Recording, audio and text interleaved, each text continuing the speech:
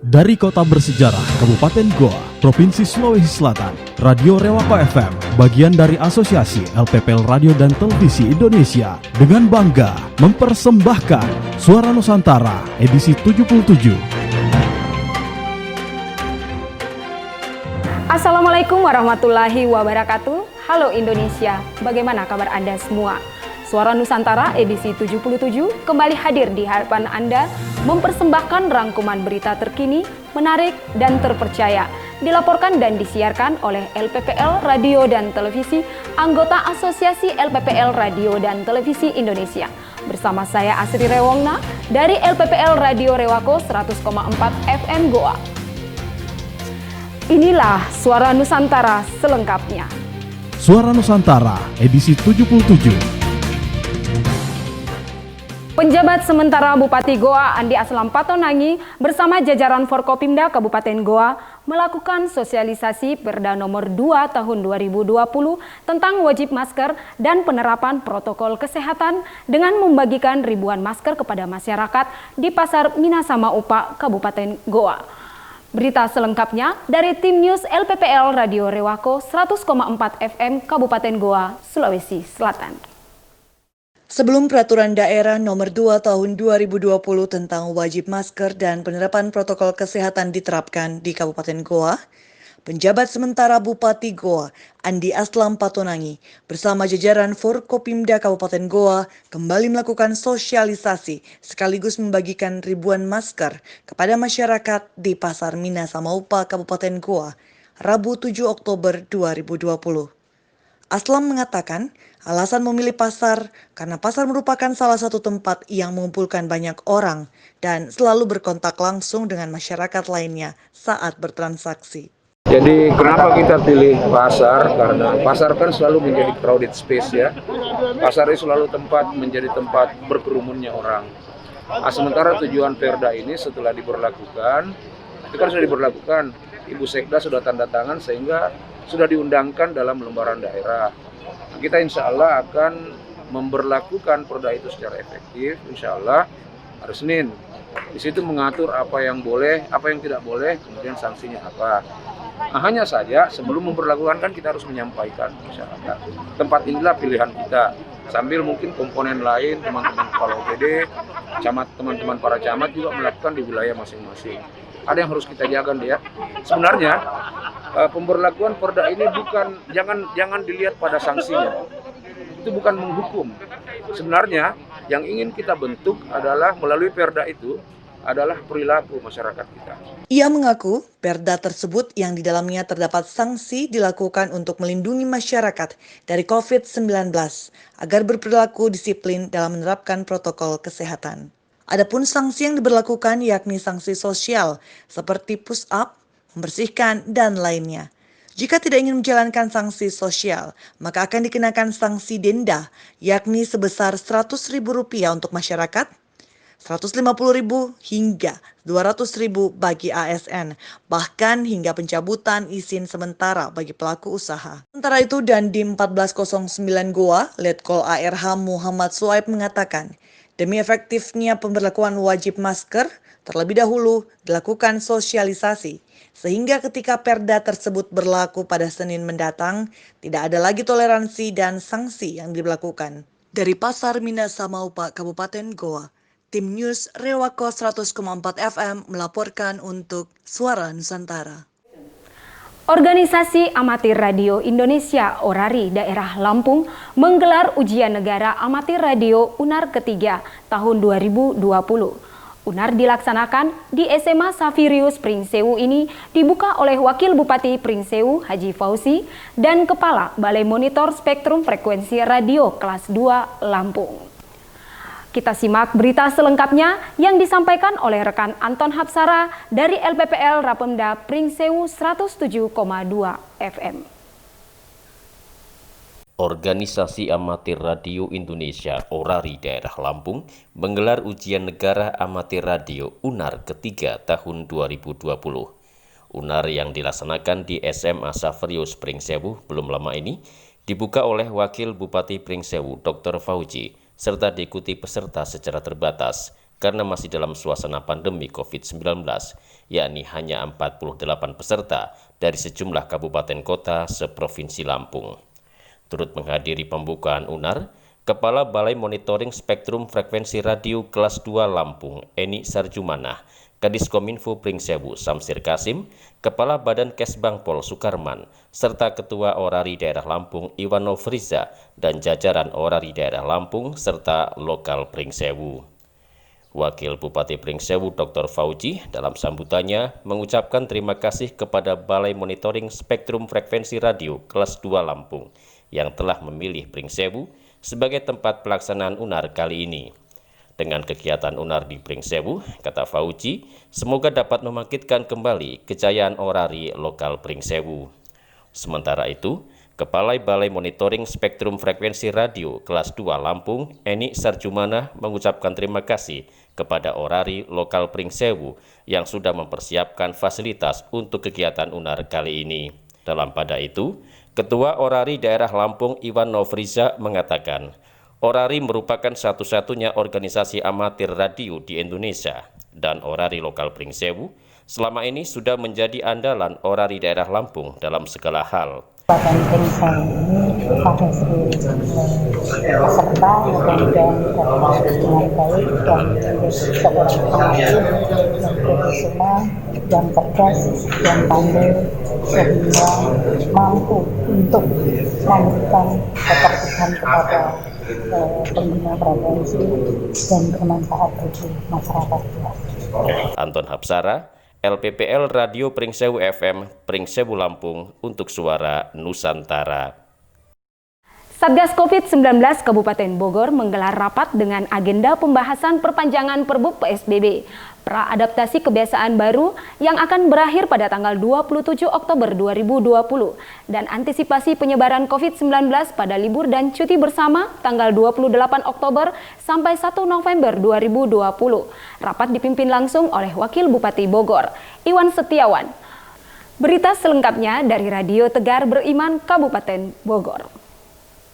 Satgas COVID-19 Kabupaten Bogor menggelar rapat agenda pembahasan perpanjangan Perbu PSBB Praadaptasi Kebiasaan Baru yang akan berakhir tanggal 27 Oktober 2020 dan antisipasi penyebaran COVID-19 pada libur dan cuti bersama di tanggal 28 Oktober sampai 1 November 2020. Rapat dipimpin langsung oleh Wakil Bupati Bogor, Iwan Setiawan. Terkait perpanjangan PSBB, Iwan Setiawan meminta kepada Satgas COVID-19 Kabupaten Bogor agar proaktif mengkomunikasikan dengan wilayah Bodebek. Kami minta ke Kabupaten Bogor sama klaster Bodebek dengan Jakarta untuk jadwal operasional dan jenis-jenis tempat usaha atau wisata kerja itu diseragamkan. Aturannya seperti jadwal operasional, kegiatan usaha itu Kota Bogor dan Kota Depok dan Kabupaten Bogor berbeda. Ini yang jadi kadang-kadang beda. Ini masyarakat kan menilainya beda. Jadi kami minta masukan arahan dari provinsi untuk menyeragamkan terkait jadwal operasional kegiatan. Yang kedua. Lebih lanjut untuk mengantisipasi libur panjang, Iwan menginginkan langkah-langkah strategis dari Satgas Kabupaten Bogor dan Satgas Kecamatan. Iwan juga berharap sosialisasi terus gencar dilakukan agar masyarakat yang ingin berkunjung ke puncak harus mengikuti peraturan sesuai Perbup yang sudah dibuat. Kunjungan 50% masih berlaku, protokol kesehatan 3M akan lebih diperketat dan telah menginstruksikan camat khususnya Camat Ciawi, Megamendung dan Cisarua untuk memantau tempat-tempat wisata dan restoran yang dipastikan protokol kesehatan 3M diterapkan secara maksimal. Inggar Pelda Rizky Agustian di Radio Tegar Beriman melaporkan untuk Suara Nusantara. Bertempat di halaman kantor Bupati Musirawas, Selasa 27 Oktober 2020, penjabat sementara Bupati Musirawas Ahmad Rizali memusnahkan barang bukti narkotika golongan 1 jenis sabu bersama Forum Komunikasi Pimpinan Daerah atau Forkopimda dan Badan Narkotika Nasional Kabupaten atau BNNK Musirawas. Kita simak berita selengkapnya, disampaikan rekan Linda Ali dari Radio Darussalam Sempurna, Musirawas. PJS Bupati Musirawas memusnahkan barang bukti narkotika golongan 1 jenis sabu. Bertempat di halaman kantor Bupati Musirawas, Selasa 27 Oktober 2020, pejabat sementara Bupati Musirawas Ahmad Rizali memusnahkan barang bukti narkotika golongan 1 jenis sabu bersama Forum Komunikasi Pimpinan Daerah atau Forkompinda dan Badan Narkotika Nasional Kabupaten Musirawas. Turut hadir dalam acara pemusnahan itu Sekretaris Daerah, Forkompinda dan para penasihat hukum, serta para undangan lainnya seperti yang dilaporkan reporter Nopiansa. Kepala BNNK Musirawas Hendra Amor dalam keterangannya menyampaikan, barang bukti yang dimusnahkan saat ini merupakan narkotika jenis sabu dengan berat bruto 2.109 gram dengan rincian berat 1,97 gram untuk uji lab, 10 gram untuk kepentingan pembuktian di persidangan dan 1988,39 gram untuk dimusnahkan. Kepala BNNK Musirawas menambahkan, pasal yang disangkakan kepada tersangka pemilik yaitu pasal 114 ayat 2, Jo pasal 132 ayat 1 dan pasal 112 ayat 2, Jo pasal 132 ayat 1 Undang-Undang Nomor 35 tentang narkotika. Pelaku terancam pidana mati, hukuman seumur hidup atau pidana paling singkat yaitu 6 tahun penjara dan paling lama 20 tahun penjara. Masih dalam keterangannya, Hendra Amor menjelaskan dari barang bukti sabu yang dimusnahkan berasal dari 2 tersangka yang diduga sebagai kurir, yakni tersangka Andre Giopano dan Elvin Heriadi. Keduanya ditangkap saat mengendarai mobil Toyota Innova berwarna putih Nopol B2274 dan didapati membawa 2 bungkus narkotika jenis sabu dengan berat bruto 2.109 gram. Keduanya ditangkap di Jalan Simpang Semambang, Desa Lubuk Rumbai, Kecamatan Tua Negeri, Kabupaten Musirawas. Dari keterangan kedua kurir tersebut diakui sabu yang dibawa adalah milik pasangan suami istri atau pasutri, Edi dan Dial Sasmita yang diduga sebagai bandar narkoba.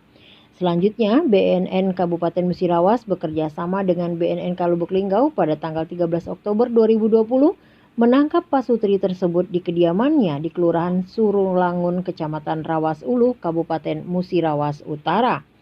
Diakui tersangka sebenarnya terdapat sebanyak 5 kg sabu dan 6.000 butir ekstasi yang sebelumnya sudah diantarkan ke daerah Jambi dan sebanyak 1 kg sabu dan 2.000 butir ekstasi, sedangkan 2 kg sabu dan 4.000 butir ekstasi diduga telah beredar di tengah masyarakat. Untuk itu, Hendra Amor meminta agar masyarakat terus waspada dan berperan aktif dalam memberantas narkoba. Linda Ali, Radio Darussalam Sempurna melaporkan. TMDD ke-109 dilaksanakan di Desa Sedayu, Kecamatan Lowana, Kabupaten Purworejo berakhir. Penutupan dihadiri PJS Bupati Purworejo Yuni Astuti dan Dandim 0708 Letkol Infantri Lukman Hakim. Kita ikuti berita selengkapnya yang akan disampaikan oleh rekan Rizky Amelia dari LPPL Radio Irama FM. Kegiatan TMMD telah selesai setelah 30 hari dilaksanakan di Desa Sedayu, Kecamatan Loano. TMMD Manunggal ke-109 dimulai sejak 22 September dan selesai tepat pada Rabu 21 Oktober 2020. Ditandai dengan penyerahan hasil TMMD dari Dandim 0708 Purworejo kepada pemerintah daerah Purworejo yang dalam hal ini diwakili oleh pejabat sementara Bupati Purworejo. Penutupan sekaligus penyerahan hasil proyek TMMD dilaksanakan di Pendopo Kabupaten Purworejo pada Rabu 21 Oktober 2020. Dihadiri oleh PJS Bupati Purworejo Insinyur Yuni Astuti MA, Komandan Kodim 0708 Letkol Infantri Lukman Hakim, dan Forkopimda. Dipilihnya Desa Sedayu sebagai lokasi TMMD ke-109 karena Desa Sedayu dianggap membutuhkan jalan yang baik untuk kegiatan perekonomian serta kegiatan pariwisata yang saat ini sedang berkembang di Kecamatan Loano. Dalam sambutannya, Dandim 0708 menyampaikan bahwa ada 2 sasaran dalam kegiatan TMMD tahun ini, yakni sasaran fisik dan sasaran non-fisik. Adapun hasil dari pelaksanaan TMMD reguler ke-109 di wilayah Kabupaten Purworejo ini, khususnya di Desa Sedayu, Kecamatan Loano, berupa sasaran utama cor blok panjang 1.665 meter, lebarnya 4 meter, dan ketebalan 0,12 meter. Sasaran tambahan berupa pembuatan pos ronda 2x3 meter, selanjutnya pembuatan tempat wudhu 5x7,5 meter, serta rehab RTRH 6x5 meter. Dandim menambahkan bahwa harapannya TMMD dapat memperkokoh kemanunggalan TNI dengan masyarakat guna mendukung ketahanan wilayah, memotivasi dan menumbuhkan semangat gotong royong guna menciptakan proses pemberdayaan masyarakat agar turut berpartisipasi aktif dalam kepedulian akselerasi pembangunan di lingkungan desa.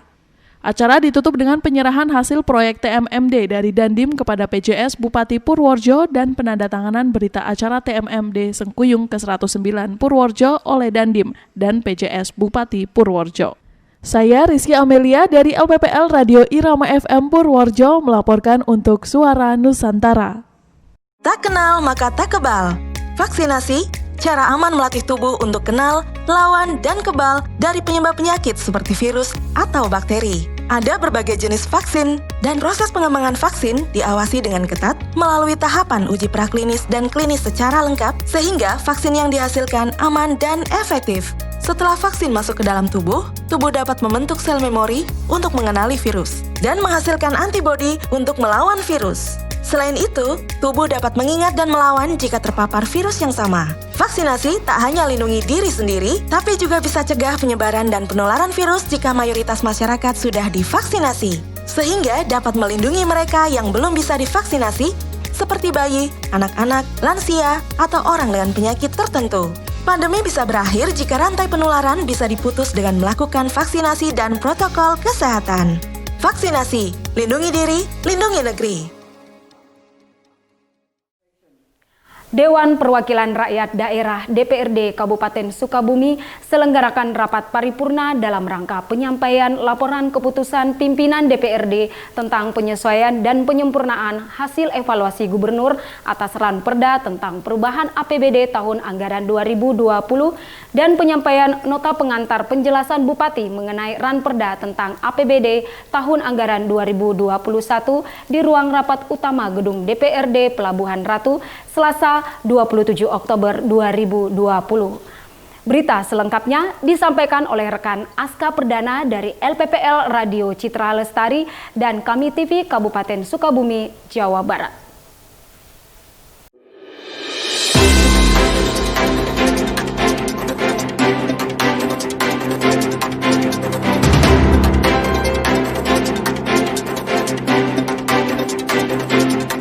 Dewan Perwakilan Rakyat Daerah DPRD Kabupaten Sukabumi menyelenggarakan rapat paripurna DPRD dalam rangka penyampaian laporan keputusan pimpinan DPRD tentang penyesuaian dan penyempurnaan hasil evaluasi gubernur atas Raperda tentang perubahan APBD tahun anggaran 2020 dan penyampaian nota pengantar penjelasan Bupati mengenai Raperda tentang APBD tahun anggaran 2021 di ruang rapat utama gedung DPRD Pelabuhan Ratu Selasa 27 Oktober 2020. Ketua DPRD Kabupaten Sukabumi Yuda Sukmagara memimpin rapat paripurna dan dihadiri oleh PJS Bupati Sukabumi, unsur Forkopimda, penjabat Sekda Kabupaten Sukabumi, para kepala dinas Kabupaten Sukabumi, para camat, kepala bagian Setda, serta undangan lainnya. Tahun anggaran 2021 merupakan tahun terakhir penjabaran RPJMD Kabupaten Sukabumi tahun 2016-2021 yang mengawal visi daerah terwujudnya Kabupaten Sukabumi yang religius dan mandiri. Dalam penyampaian nota pengantar Raperda tentang anggaran pendapatan dan belanja daerah tahun anggaran 2021, PJS Bupati Sukabumi Ergani Muhammad mengatakan pendapatan daerah baik yang bersumber dari pendapatan asli daerah, pendapatan transfer dan lain-lain, pendapatan daerah yang sah secara umum mengalami dinamika yang cukup fluktuatif dan harus dicermati secara seksama. Ergani Muhammad menegaskan, pemerintah daerah sangat memahami keinginan dan perhatian masyarakat serta perangkat daerah yang telah memberikan masukan dengan mengajukan usulan-usulan kegiatan rancangan anggaran tahun 2021. Adapun proyeksi rancangan anggaran pendapatan dan belanja tahun anggaran 2021 dapat diuraikan sebagai berikut. Pendapatan daerah direncanakan 3,6 triliun rupiah, belanja daerah direncanakan sebesar 3,6 triliun lebih, dan penerimaan pembiayaan direncanakan sebesar nihil, dan pengeluaran pembiayaan direncanakan sebesar 40 miliar yaitu untuk penyertaan modal atau investasi pemerintah daerah. Sedangkan Ketua DPRD Kabupaten Sukabumi Yuda Sukmagara menjelaskan hasil dari evaluasi dari penyesuaian gubernur, DPRD menyepakati agar dilaksanakan oleh pemerintah daerah sesuai dengan hasil dari evaluasi gubernur. Demikian informasi disampaikan Dinas Komunikasi Informatika dan Persandian Kabupaten Sukabumi. Dari Pelabuhan Ratu Kabupaten Sukabumi, Jawa Barat, Kami TV melaporkan.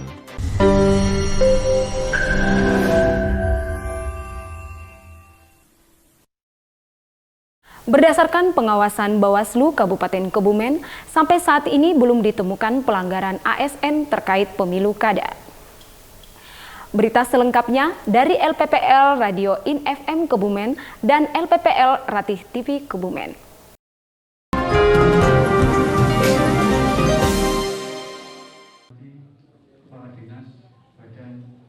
Bertempat di Hotel Maxoli Kebumen, Senin 26 Oktober 2020, Badan Pengawas Pemilihan Umum Bawaslu Kebumen menggelar rapat koordinasi pemilihan Bupati dan Wakil Bupati Kebumen 2020. Kegiatan tersebut dihadiri oleh Kepala OPD, pimpinan instansi vertikal yang berada di Kebumen, Ketua KPU, serta Camat se-Kabupaten Kebumen. Koordinator Sekretariat Bawaslu Kebumen Romdoni Abdul Hakim dalam laporannya menyampaikan tujuan digelarnya kegiatan tersebut adalah koordinasi pengawasan pemilu kada bagi ASN di Kabupaten Kebumen.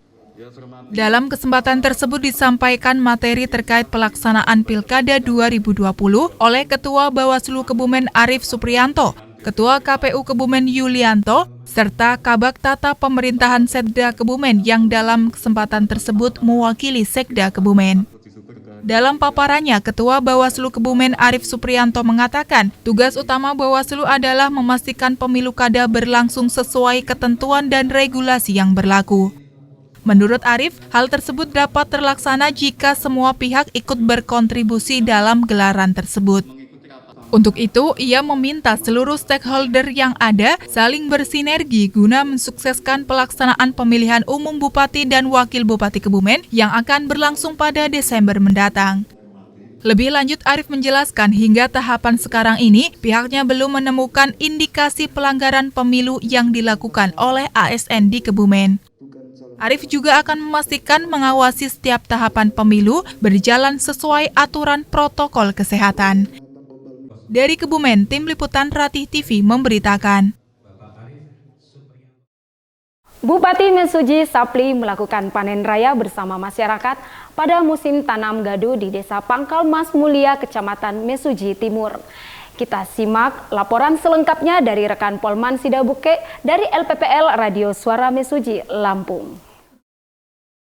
Bupati Mesuji Sapli melakukan panen raya bersama masyarakat pada musim tanam gadu tahun 2020 dan penyerahan bantuan pertanian di Desa Pangkal Mas Mulia, Kecamatan Mesuji Timur. Pada kesempatan itu turut hadir Ketua TPPKK Kabupaten Mesuji Ibu Neliwati Sapli, Sekretaris Daerah Kabupaten Mesuji Samsudin, Ketua Dharma Wanita Persatuan Kabupaten Mesuji Ibu Kosiatun Samsudin, Kepala Dinas Pertanian Pariman dan Camat Mesuji Timur Tarbin Putra.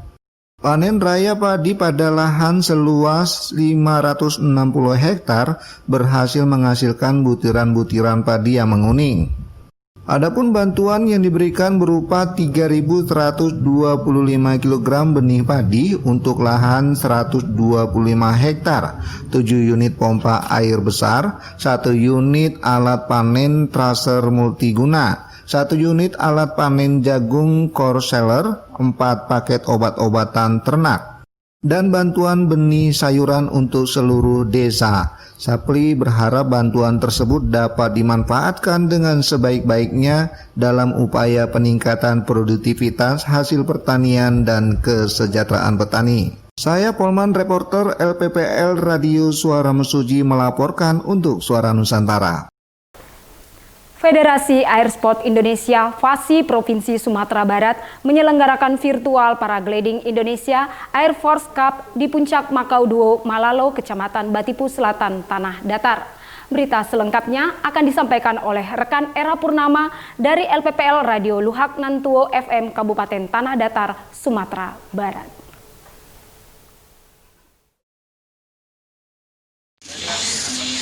Inilah Suara Nusantara edisi 77 bersama saya Era Purnama. Puncak Makau Duo, Malalo gelar Paragliding Festival. Federasi Aerosport Indonesia atau FASI Provinsi Sumatera Barat selenggarakan virtual Paragliding Indonesia Air Force Cup hari Sabtu dan Minggu 17 dan 18 Oktober 2020 di Puncak Makau Duo, Malalo, Kecamatan Batipu Selatan, Tanah Datar. Kegiatan tersebut diikuti 91 atlet dari 4 provinsi yaitu Sumatera Barat, Riau, Sumatera Utara, dan Nanggro Aceh Darussalam. Komandan Lanut Sultan Syahrir TNI AU Kolonel Medi Rahman menyampaikan terdapat 7 venue penyelenggaraan festival ini di seluruh Indonesia. Untuk Sumatera dilaksanakan di Puncak Makau Duo. 6 venue lainnya yakni di Toga Sumedang, Batu, Malang, Wonosobo, Kemuning, dan Puncak. Sedangkan puncaknya dilaksanakan di Toga, Kabupaten Sumedang, Provinsi Jawa Barat. Penilaian perlombaan dilakukan secara daring dengan kategori perlombaan akurasi ketepatan mendarat, akurasi senior, akurasi junior, dan kelas TNI Polri. Ketua Fasi Tanah Datar sekaligus anggota DPRD Tanah Datar, Erman Sugiarto mengaku gembira dan bangga dengan kegiatan ini karena Tanah Datar dipilih sebagai penyelenggara untuk wilayah Sumatera. Ditambahkan Erman, penyelenggaraan perlombaan tetap mematuhi protokol kesehatan dengan tidak menghadirkan masyarakat di lokasi. Jadi makanya di acara pada hari ini, dari kemarin sampai hari ini, itu masyarakat kita minta untuk tidak datang ke lokasi. Ya. Kalaupun ada yang datang 1, 2, atau 3-nya, itu harus memenuhi protokol kesehatan. Ini yang prioritas kita. Alhamdulillah kita di Sumatera Barat dipercayakan kepada Kabupaten Tanah Datar, yaitu melalui Fasi Kabupaten Tanah Datar. Dan acara kita ini diikuti oleh seluruh para atlet di Indonesia. Nah, khusus untuk kita di wilayah Sumatera, kita diikuti oleh 4 provinsi yang diselenggarakan di tanggal 2. Demikian, Era Purnama melaporkan dari LPPL Radio Luhak Nantuo, 102,5 FM, Dinas Kominfo Kabupaten Tanah Datar, Provinsi Sumatera Barat, untuk Suara Nusantara.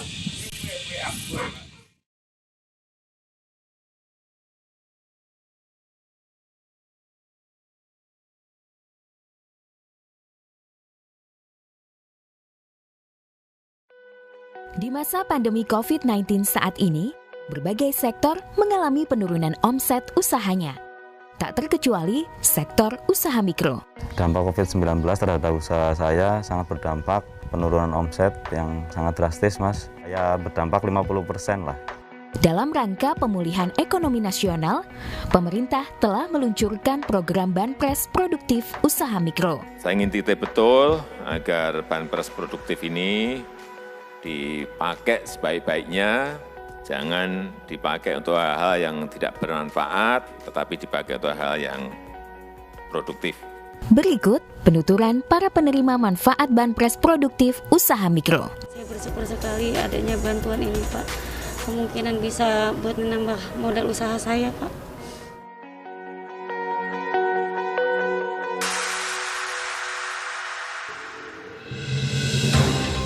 Demikian Suara Nusantara edisi 77 bersama kami LPPL Radio Rewako 100,4 FM Kabupaten Goa, Sulawesi Selatan. Sampai berjumpa kembali pada edisi Suara Nusantara selanjutnya. Jangan lupa untuk selalu menerapkan 3M, menggunakan masker, mencuci tangan, menghindari kerumunan. Bersatu kita melawan COVID-19. Wassalamualaikum warahmatullahi wabarakatuh.